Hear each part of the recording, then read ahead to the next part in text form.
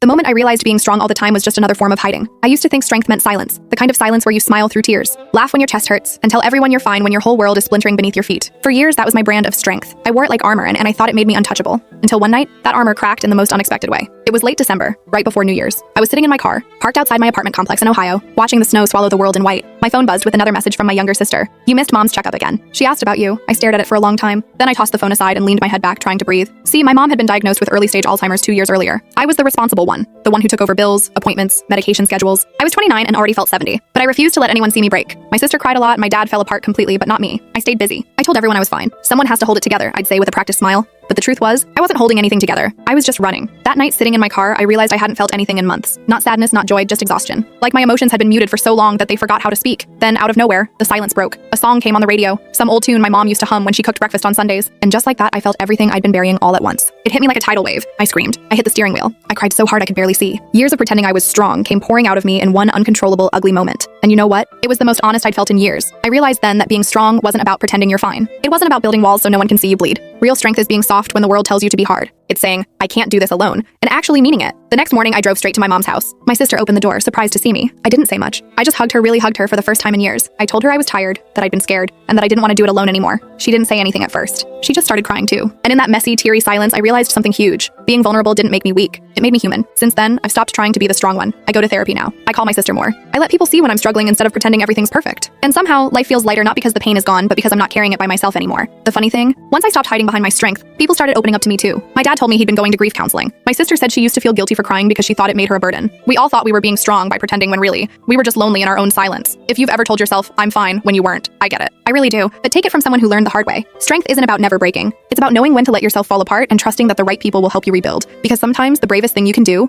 is admit you're not okay. And that night, sitting alone in a snow-covered parking lot, I finally stopped hiding. I finally let myself be human.